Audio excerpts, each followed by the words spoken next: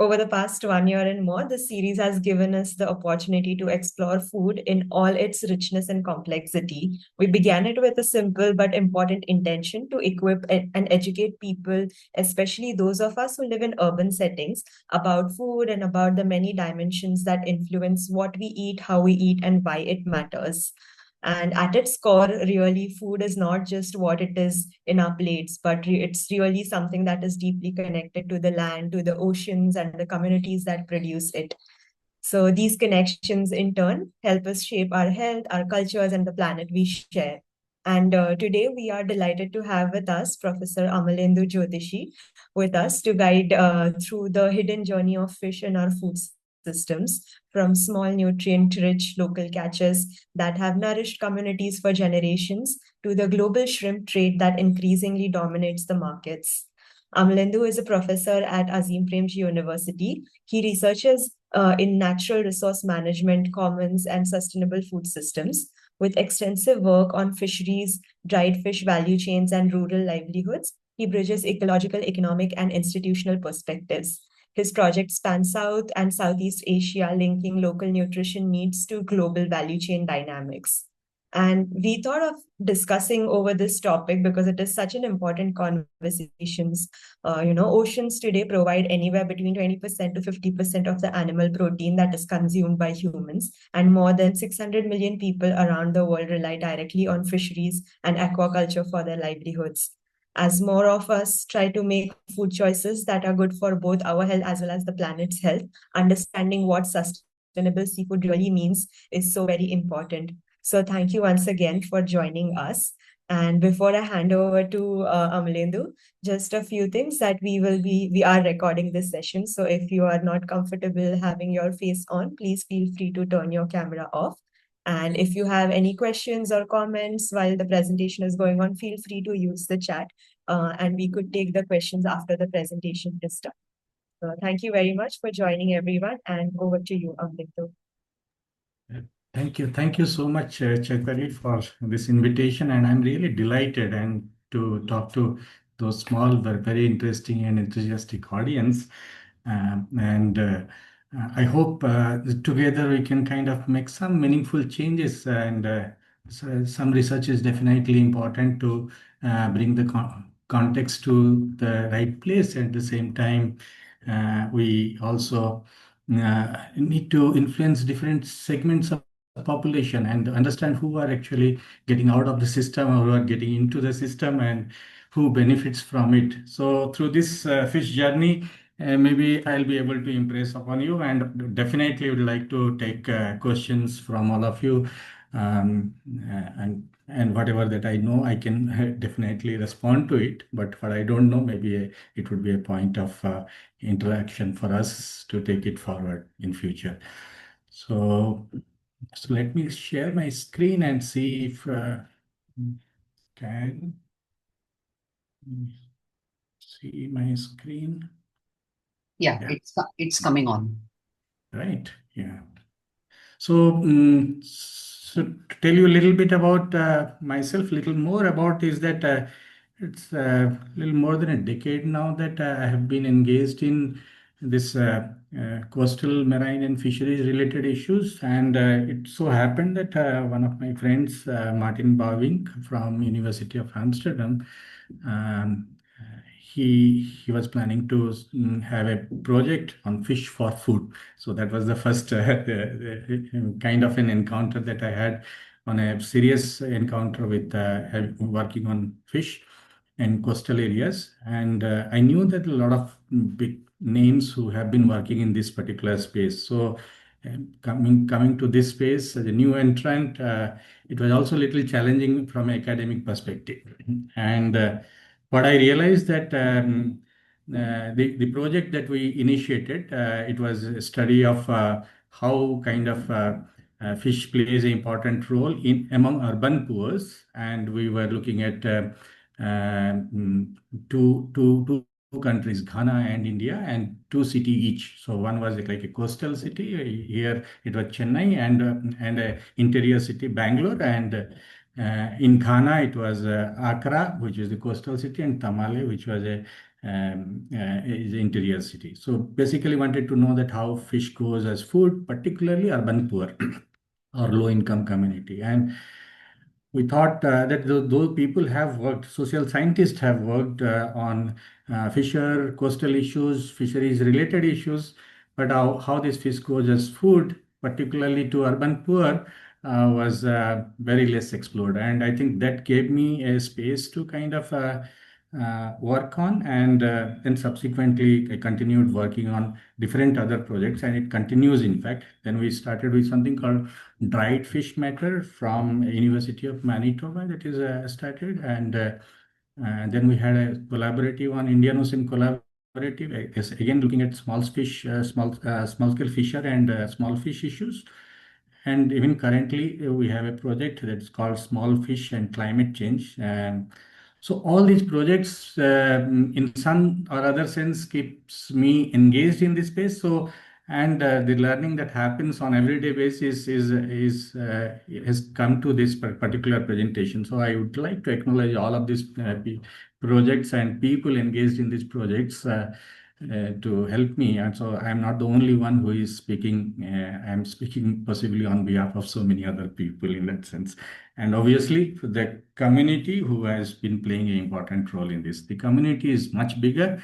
There are not only small scale fishers, but also fish workers who are going in different spaces. There are women. I mean, sometimes we kind of say fishermen quite frequently, but women equally plays an important role, and they're half of this. And in fact, women are the entrepreneurs in fishing space. Actually, men are the workers who hunter or gatherers who go and get the fish. But the moment fish lands, it's the women who take charge of fish. So they take it for trading or vending activity, or processing it as dried fish and sell it in the market.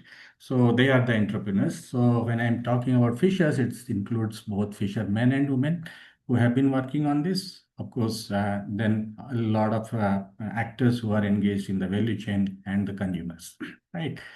So what I'm going to do today is to kind of take you through one of those value chain stories, and my emphasis is largely on the small fishes. For some, it may be delicacy. For some, it may be ignored fish, and how the changes are happening in recent years, right? So and the changes are driven by varieties of things. We do talk about climate change and all those things, but a lot of these are also anthropogenic. Means human beings are involved in kind of bringing these changes, and climate change itself is also, we say, quite a bit is anthropogenic. But the blue economy development that is happening in recent time is also something to play important role. I think all of us love coast. It's a beautiful place to go to beaches, seeing the sunset and sunrise, depending on which side of the coast you are in, are quite an experience. But quite often we kind of forget about the people who have been kind of traditionally engaged in this space for different kinds of things. And coasts are up for grabbing by varieties of actors. There are ports that is coming up every day. There are new fishing harbors which are coming up in every day. And there are hotel, tourism, resorts, all kinds of things that is happening in this particular space. And coasts also the spaces where a lot of rivers they drain there, and it creates a different kinds of ecosystem called estuarine ecosystem, and quite a productive ecosystem. And they are also undergoing changes, right? So what I'll do is that how important this fish is, and who are these actors in this process, and what are the kind of changes happening, and the changes which are not necessarily looking nice. They are quite threatening changes that is happening. And so I'll not leave you at that space that, okay, things are pretty hopeless, but I'll also create a space where there is hope, and how we can kind of reimagine this food system. That's why I felt that we should call Reimagine Fish for Food. Yeah. Yeah. So this story happened, it was like 2015, 16 sometime that we started with Fish for Food project. And obviously, it was not only the urban scape, but we are interested in how, from where this fish is coming from and what is happening to that space. In fact, most of our team members are much more conversant with the coast where fish was coming from, but how it reaches the urban poor, that is where we are unclear. The market and the agents who have been playing important role. So when you go from coast, how fish goes to different places, we can make a map of it. But when you go from consumer, the map becomes a very different map. It's almost like a squid that how in different ways that it navigates, and the connections are not very simple or straight or linear. So it's not that if the coast is in my neighborhood, the fish that comes is from my neighborhood. It doesn't happen that way. In fact, it happens a lot more complex way. And so, entering the path from the consumer side, we found that okay, things are not mapping out properly, and that's the time one of our PhD scholars, Subbu, he was in Kadalur. And Kadalur, he saw a kind of a change, which was we are not noticing so much, that a lot of trucks are coming, these trucks that you are seeing, and they had all KA kind of board. So it's Karnataka, and Kadalur is in Tamil Nadu, right? So, and a lot of fish are kind of getting into this, and it's going in these trucks. And these women who are standing there waiting for auction to get some of the fish, they were you can see some kind of stress in their faces, and they're saying today also we didn't get enough fish. And a conversation then took us to figure out what is happening exactly. And we found that yeah, this it was kind of a large amount of sardine, or that's called matti in Malayalam, and I don't know what other languages it is called. So Indian oil sardine, it is quite endemic to Indian Ocean region, or particularly Indian region. So and that particular species, which is normally used as a food, and it is a delicacy mostly in Kerala. So anybody from Kerala would definitely will relate with matti or sardine, and that was the usual place to go. But it was going to Mangalore, and then I went to Mangalore and figured out that near Mangalore there's a place called Ullal. There are 14 odd factories which are fish meal factories, and it's all mostly going to that place. And that's where our curiosity started. And a lot of our friends who have been engaged in the fish and coastal research for long years, actually, prior to we starting the work, uh, they were saying that, I mean, we started saying that a lot of this fish is going to fish meal, and why it is going there, and we are clueless. And they're saying that it cannot happen that way because, see, fish meal companies can buy fish only at a much lesser price. So food prices are definitely higher than this going to fish meal. So it's only it can be temporary, or it could not be a kind of a regular feature. And fish for food is the usual process. It has to. If it is not getting sold, then it can be dried and sold. So it cannot be a phenomena in that sense. So um, we are suspicious, we are not clear, and that's where our journey to investigate and figure out how what is this fish meal and what is happening to this started. And that's a story that I'll kind of take you through. Just before that, that if I have to give you a kind of broader picture, it's a world picture. If you see, it's in India as well as globally. I think from 1960s onwards, there was a kind of a process of mechanization started. So big trawlers, pursiners, and all other kinds of big gears started coming in to exploit the sea as much as possible. And for a trivia purpose, I would say that the world's highest traded food commodity is fish, right? So, and you see that over the period of time, and there was an expansion, 60s, 70s, we had an expansion. But if you see late 90s onwards, this two brownish color that you are seeing, these are capture fisheries. The bigger one is the marine capture fishery. The smaller one is the inland capture fishery from riverine and other places that we capture.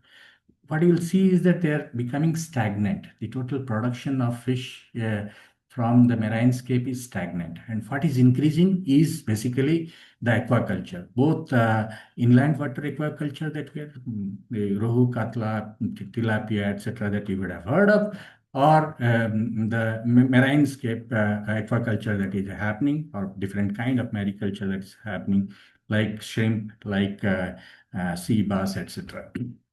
So that is expanding. And how this expansion is happening is fish eats fish. And that's the nature. In most cases, very few species that they are not carnivorous or they don't eat fish. So these aquaculture farms need now fish as a feed, and that is called aquafeed. If any of you have aquarium in your house, and you would have seen that small dabba where some feed is there, and you put too few drops to feed the fishes. And if you can little carefully look at that packet and try to see what is there in ingredient, which is there in that, you'll find that about 22 to 25% of it is fish meal, and other things are added to this to make it aquafeed. So this fish meal becomes a very important ingredient to increase aquaculture. And it's the capture fisheries which provides this for the culture activity to take place. And that's where we kind of seriously started investigating into the fish meal and how it plays an important role. And yeah, so about 20% of wild capture, it kind of goes to this, but it is geographically it is quite varying. And among many countries like say Peru, China, Thailand, Chile, a lot of these are South American coast, but India also appears there. And that's in 2019. Changing Market, when they were doing a study, they figured out that India is one among the top 10s in fish meal production. And fish meal and fish oil are the two parts of it. And the oil is equally important. And apart from aquaculture, it goes as a cattle feed as well. I didn't know till then that, okay, cattle do eat some amount of fish, but yeah, it does go. And the countries where, like, say, salmon aquaculture is happening there, like Norway, Australia, and few other countries, this fish meal and fish oil goes as a important ingredient there. So it has a huge export market, but also goes into aquafeed in different formats, right? So that being the scenario, that it gave us a kind of a good starting point to investigate a little more into this fish meal story. And we're trying to figure out why it is happening so. And in the meantime, we also found that, understood very well that India has been one of the largest producer of shrimp, largest exporter of shrimp. I mean, some of the countries that we are competing with are like Ecuador, Vietnam, etc. But India continues to be one of the top or second top, depending on the years and time, producer of shrimp. And the shrimp story broadly started in around 2000, year 2000. We used to grow tiger shrimp, and there were some diseases that started coming to tiger shrimp, and it was sparse across coast, largely in the east coast.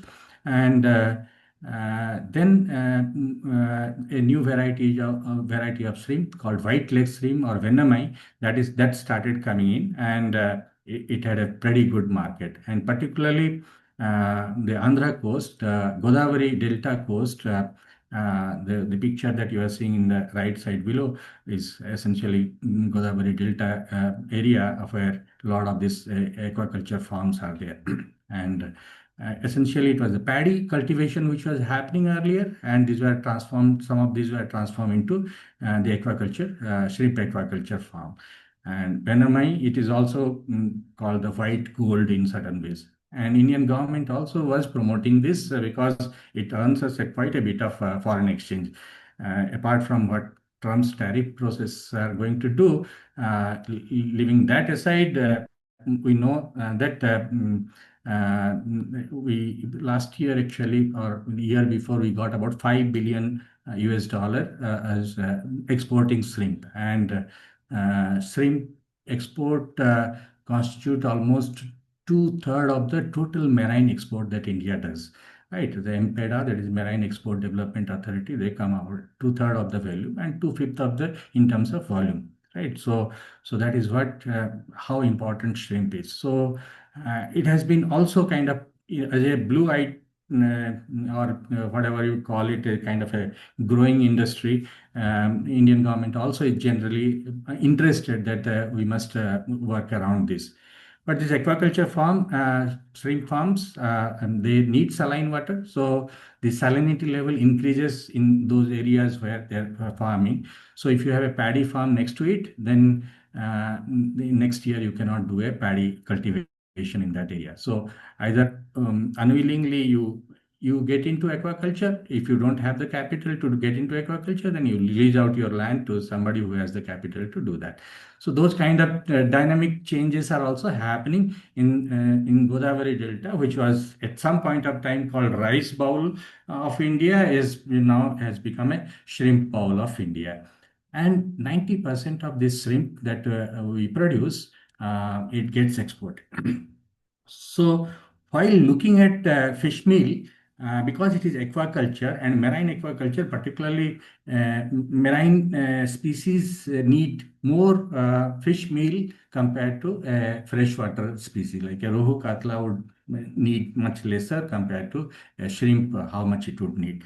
So that's where our bell also started ringing to see little more into the shrimp part of the story.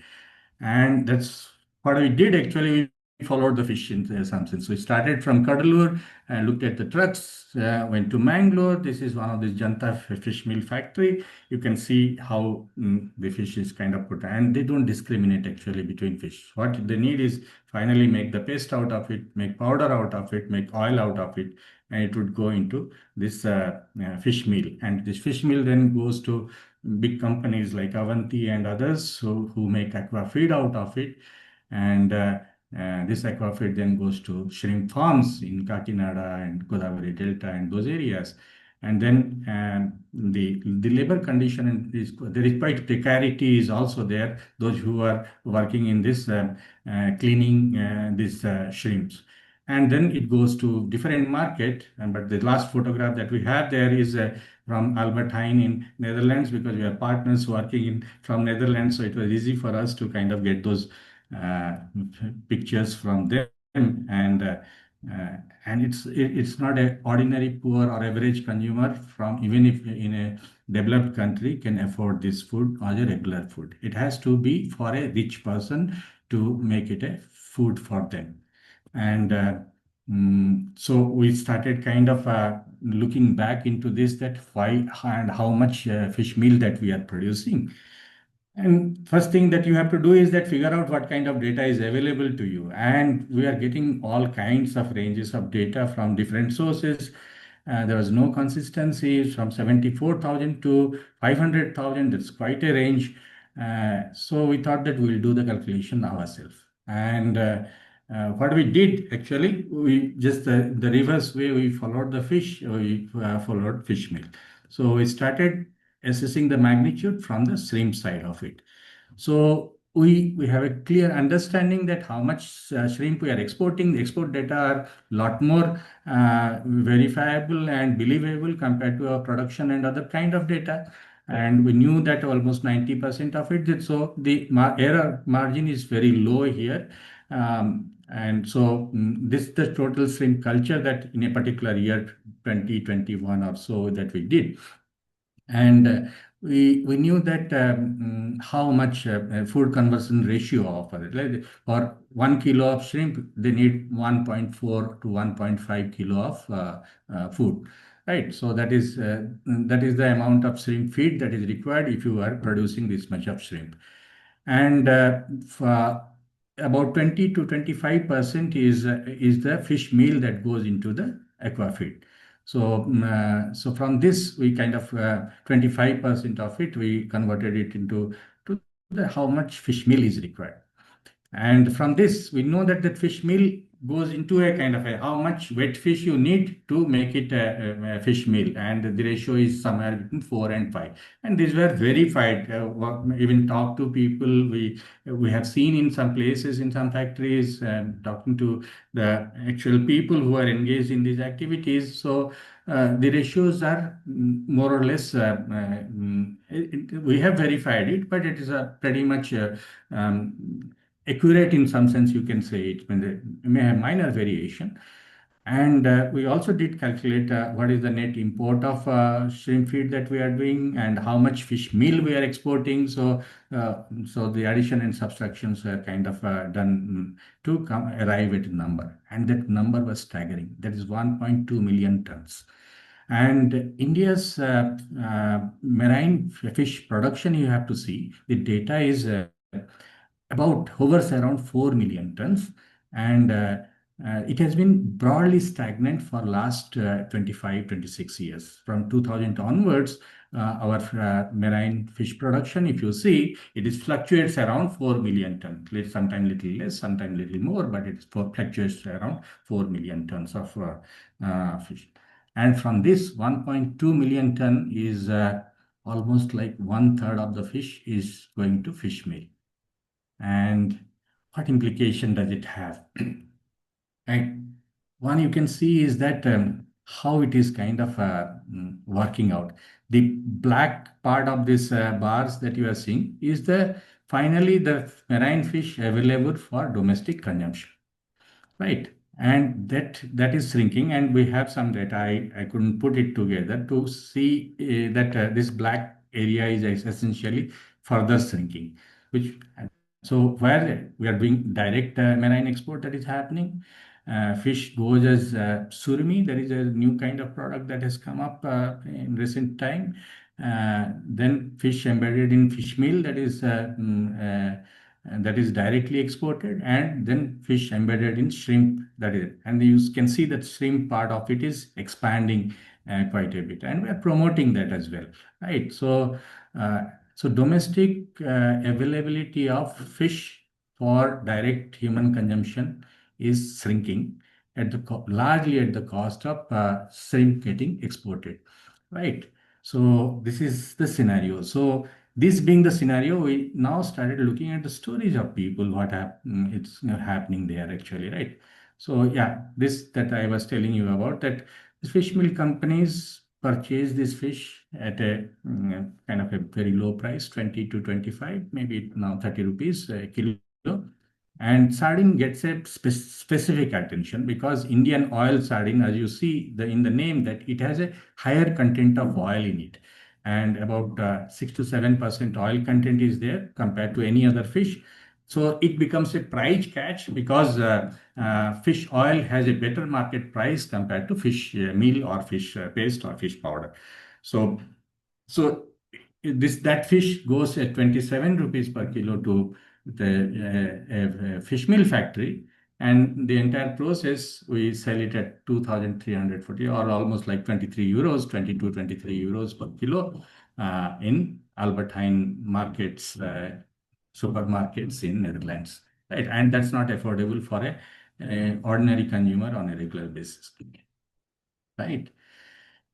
So what repercussions it is? So I'll bring you out to three important repercussions around this. One is the ecological side of the story. People like Chaitali who have worked in ecology would be more interested in it. And then livelihood repercussions, what it has. And third one is food and nutrition repercussions, what it has, right? And that may help us to make a appropriate food choice if we have to make a choice at all, right? So one major part of this is that you can see that almost one third of the official numbers that we have of the marine fish production is going into fish meal. And of course, there could be unofficial fish production that may be happening, which is not getting reported well. But nonetheless, the number is quite significant, and it plays an important role actually. When we are exporting shrimp, we are earning foreign exchange for this, and $5 billion is not a small amount in some ways.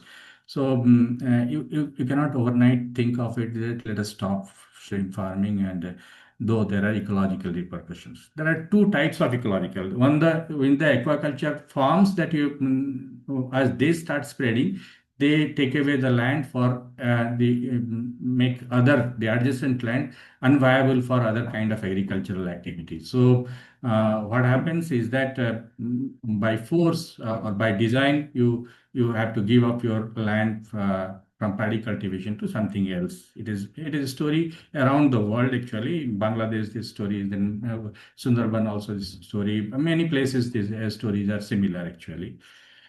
So that is one part of it. The other part of it is that what used to be called as bycatch. That okay, along with your fish food for food that you are bringing, some other things that come and there is a market for it. It goes to as a fertilizer or fish meal or something like that. It is no more a bycatch. It is a targeted catch. By whom? It is largely by the large-scale fishers, what you call the trawlers and pursiners. Trawlers have huge nets over kilometers that they can kind of take and catch a school of fish, basically.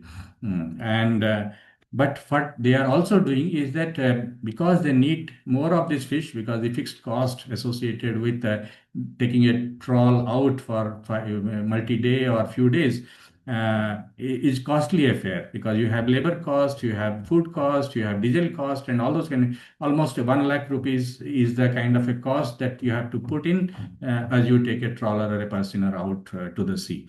So you have to recover that, and there are a lot of players in competition in the sea, and each one is kind of fighting for that fish. So what you do is that you get into different kind of practices, which are the global terminology used is called IUU, illegal, unreported, unregulated fishery practices.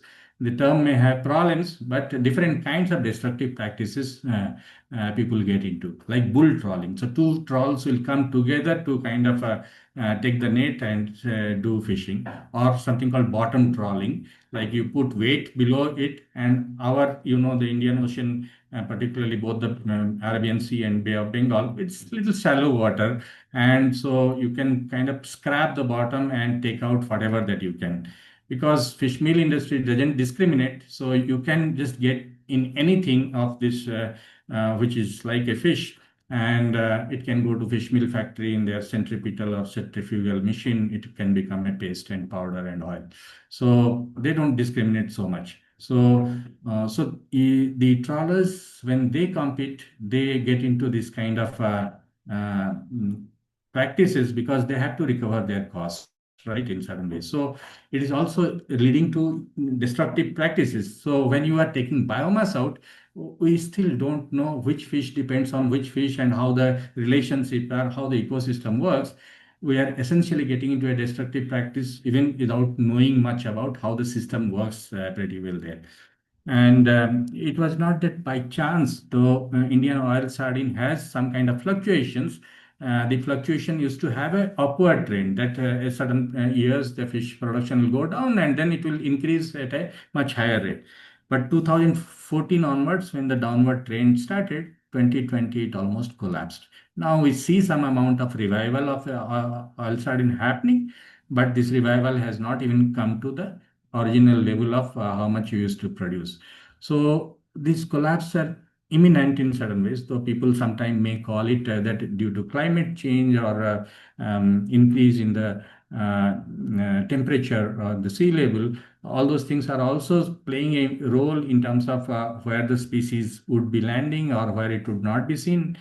But we cannot ignore the targeted catch for it for this fish meal demand, right? So that is another form of destructive practice that is happening. So this is one of the stories that I largely work in the Karnataka coast, and this is from one of these trawlers. They are getting small size mackerels and bangada, that is what you call it. It is all going to, there is a fish meal factory in Muduga near Karwar. So about 40 to 50% of their harvest, and in some cases 50 to 60% of their harvest goes to fish meal factories. And this is largely brought by the large boats like trawlers and pursiners. And if you go to the seaside, and you will see river mouths also, like Saravati, Aganashini, Kali, all those rivers in Karnataka, the beautiful estuarine sites that you can have. Now you'll see all these estuarine areas full of this kind of blue color cages. And what is happening there is cage culture. What we are doing in this cage culture, we are culturing sea bass. Sea bass is not a fish that we largely consume in India, not generally preferred by the people. So it gets exported largely. So though it goes to some restaurants in Goa and other places, or where the foreign tourists are also there, but it's largely exported. And there are two things that is happening in these cages. One is that they're eating this right hand side photo that you see is mackerel actually, and this is all food variety mackerel. And they're cut into two pieces and they're feeding these two sea basses. So one is that low priced fish is kind of getting converted into a high priced export oriented fish, sea bass. But the cages itself is quite scary. It is the estuarines are commons. It's used by different sets of fishes, particularly the traditional fishers like say Ambika, Harikanta, Karvis, and other who have been using this water for their fishing activity. Women who have been using this water for gleaning bivalves, what do you call oyster type of the shell bivalves, and so this what you are creating here is private area inside the commons. So the idea of commons is it's kind of a decommonization that is happening in these spaces. And God forbid if some storm happens or something happens and this fish go out of this cage, it will also change the ecosystem of this the place, because these are all carnivorous fish. So they will start eating the fishes that is endemic to this region, and it may alter the kind of biodiversity of this particular areas. And estuarine areas are highly biodiverse and very productive areas, and play a very significant role in terms of the ecosystem balance. The mangroves that we see are in these estuarine areas, right? And the cyclone or other kinds of things, storms that comes in, these mangroves do play important role in kind of absorbing those, right? So a big change in the biodiversity in this region would also make a huge impact. So that's the ecological story. The livelihood story, these two photos you had seen of these women. But what is happening is that fish meal companies have their own agents because they're big in size and scale. So they directly connect with the trawlers and purseners and tell them that, okay, what you got, and the market is fixed much before. In some cases, fish meal company owners are also trawl owners, or they give credit to the trawler owners. So there is a kind of credit market interlocking that happens. So when that is there, then you are kind of obliged to sell your product to a particular group. And otherwise, it is the women who go into the fish landing sites, it's fishing harbors or the beach landing areas, and normal process that is followed is auctioning. That the fish is brought in, and sometimes a particular woman or a group of women together, they will kind of buy in auction, then take this fish to the local market, sell it. When there is surplus of fish which is not sold, they bring it to salt it and dry it, and then it goes into a different market. So it has been the practice traditionally, and traditionally fisherwomen have been the entrepreneur of the household. So if any time next time when you go to a coastal area and talk to a fisherwoman who talks very confidently, understand that that it's by virtue of her trade practices that she has to go through buying this fish in this kind of a patriarchal male dominated space and sell it in a market, again male dominated space. She has to go through varieties of hackle, and that has made her also strong. And 50% of fishing communities are women, and they are the entrepreneurs. Right. And what is happening that they are not getting their fish. One side is we are killing the spirit of enterprise, whatever may be the characteristics of this entrepreneurship, and they are not getting enough fish. And this women's income for the household plays a very, very critical role in terms of not only the household's income and livelihood, it also goes into very important space of food security, health security, education security, or varieties of other kinds of things that household expenditure are critical of. Women's income plays a very important role in that. And now what we are seeing is that they are not getting enough fish to for processing or trading activities. And specific varieties of fishes are kind of not available so much. Right. And the processing dried fish, you will find in the coastal areas a lot of dried fish, fish being dried, and salting and drying is one of the oldest and well-known format of preservation. And it is not just eaten in the coastal area. A good amount of this dried fish goes to the tribal areas, goes to the plantation areas. Bombay duck, for example, if you have heard of it, or bombil, it is called in, say in so you go to Arunachal Pradesh and go to the households or the market, you will find Bombay duck, dried Bombay duck in those places. So from Gujarat coast to Maharashtra coast to going to Arunachal Pradesh, it goes that far. There's a place called Jagi Road in Assam, in Guwahati, further up towards the hill to Nagaon and those areas. There is a place called Jagi Road. This is one of the Asia's largest dried fish market.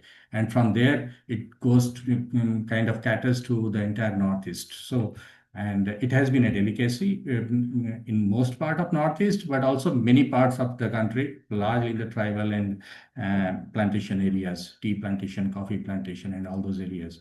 And Bombay duck is also called Bombay duck because of a reason, because it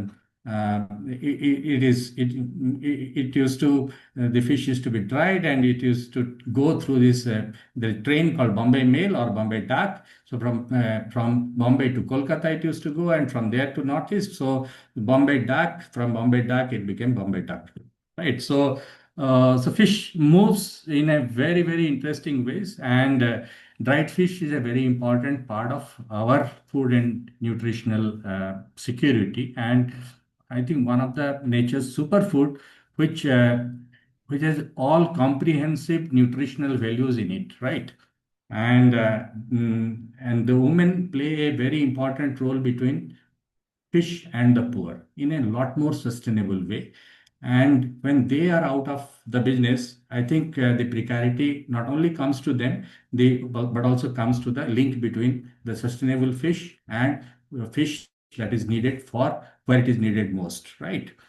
And for a country like ours, where half of the women are anemic, if you are not, your neighbor is anemic, right? So 50% of our women are anemic, which is iron deficiency. 25% of our children are stunted or wasted, right? So these are the kind of chronic sign of malnutrition, right?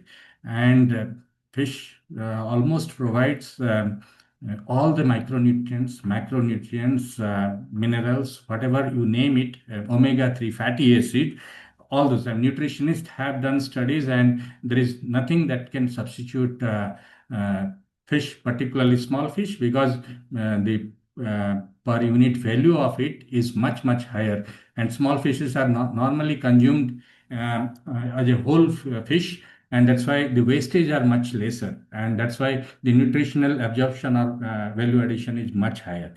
And so for a country like ours, where this small fish can play important role in food and nutrition security, it getting into shrimp and exported for rich consumers in rich countries, it sounds little weird, even if we earn $5 billion as export earning, right?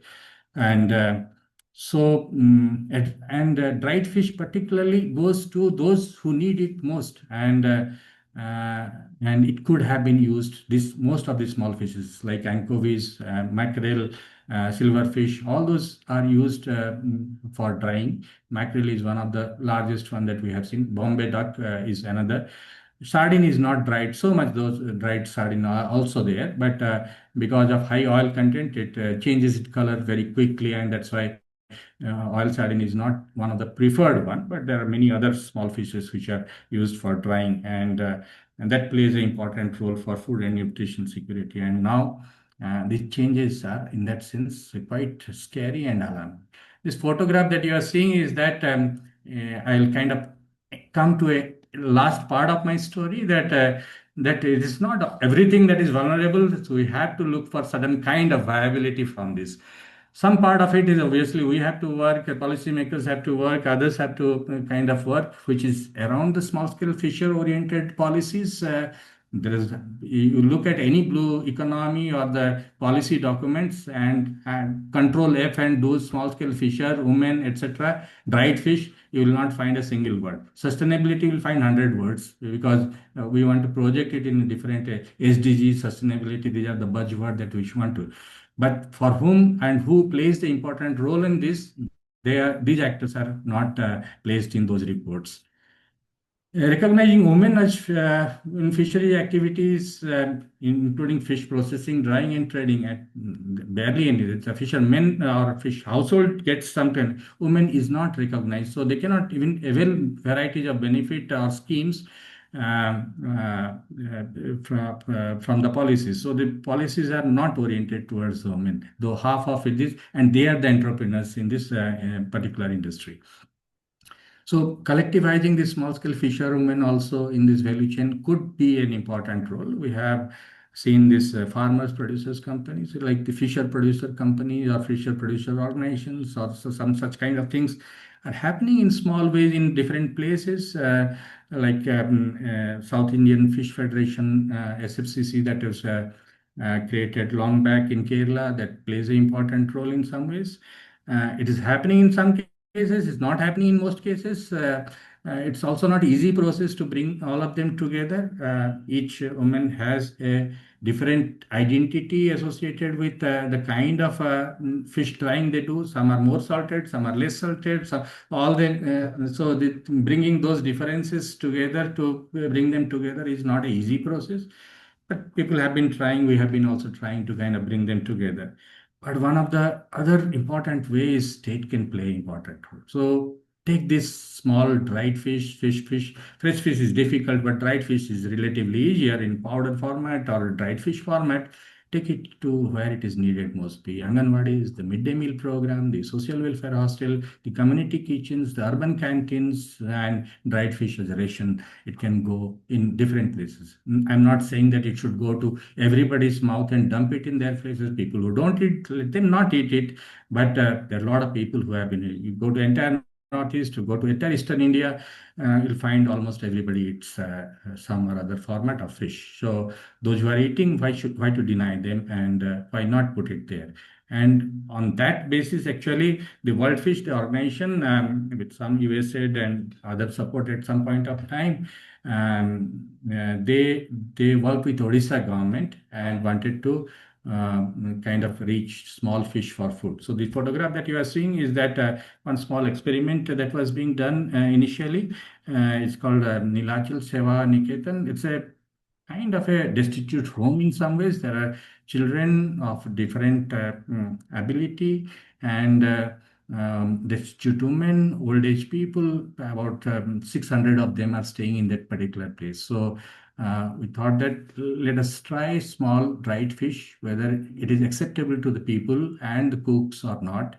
And when I was there one of those days, so these are some of the photos there. And actually, children relished the food. The cooks were quite okay, happy with this, because they don't have to remove the fins and all that. It can be fried and dried, easily used in the curry. So they were also quite okay with that. And generally children like that. And after that, government of Odisha with World Fish, they initiated a pilot in Mayurbhanj, about in 50 Anganwadis. They started giving fish, because Anganwadis are the center where lactating mothers, pregnant women, and adolescent girls, as well as children between 0 to 6 years, are kind of the most important targets there. So this used to go as a ration for lactating pregnant mothers, etc. And the fish powder used to be given in the meal in the Anganwadis. And MS Swaminathan Research Foundation was involved in doing a kind of a baseline, midline, endline survey of it on liking or disliking of it. And nutritionists were involved in finding out how much should be given. And this and the promise was that, okay, children liked it, everybody liked it essentially, and cooks also liked it. So, but this was experiment happening in 2020, and COVID came, and the idea was that we should have pushed it to make it universal in Odisha, but that didn't happen. But for the story didn't end there, but it was taken to Assam, in this IOCL area that where about 600 Anganwadi now they are doing the similar experiment and feeding small fish, dried fish as food in part of the Anganwadi program and giving it as a kind of a ration to the lactating mothers, pregnant mothers. So there is a lot of hopes that if it succeeds in Assam, and Assam can make it universal for the state, then more states will start following, and hopefully we'll see malnutrition as an issue, anemia as an issue reduces along with that.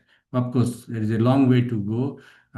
When you draw a line from Maharashtra to Bihar to the west side of it, there are less people who eat fish. The right side of it, more people who eat fish. So fish cannot be a kind of a only alternative for everybody. We have to imagine different things. But when we know that it's nature's one of the super nutrient food, dried fish doesn't reduce the nutrient values. A lot of studies around that on fresh fish versus dried fish. In fact, dried fish condenses the nutrient because the water level goes out. So it can still play a very important role for a significant part of India to address this. And how to make dried fish a aspirational food. It is not an aspirational food for everybody. So if you look at the youth, in even the tribal areas where I go and look at the people, suddenly chicken becomes an important thing. And a lot of this fish actually is also now going as poultry feed. Namakkal, that is where the largest poultry feed market is there. And chickens are also fed with all kinds of antibiotics, but that's what the new generation youth like. So how to bring them back to the dried fish as a nature's super nutrient food, whatever, it takes a lot of effort from everybody. And I think all of us have to play an important role in this. So with that, I'll kind of um, say that this is where the hope lies, at least that we can reach the fish to the right places. Then fish meal companies also will learn how to change their product system from feed to food. I think instead of stopping them, because there are a lot of laborers who are involved in trawlers, there are a lot of laborers who are involved in fish meal company, and a lot of laborers are there in shrimp and shrimp related activities. Stopping is not a good solution, because for doing that, we will inadvertently will kind of play a negative role for the most precarious people who are working in this kind of space. So we have to think about it in a more informed and designed way, rather turning the tide towards a direction which is more helpful, useful, and sustainable. Thank you so much. And this photograph is by Priya Sebastian, who drew this anchovies. Thank you, Amalendu, for the very interesting and informative presentation. It's interesting to see this link between the production of fish meal and the straight linkage to nutrition between children and lactating mothers. I had not thought about this at all before you spoke. And yeah, many other insights as well. So thank you for your presentation.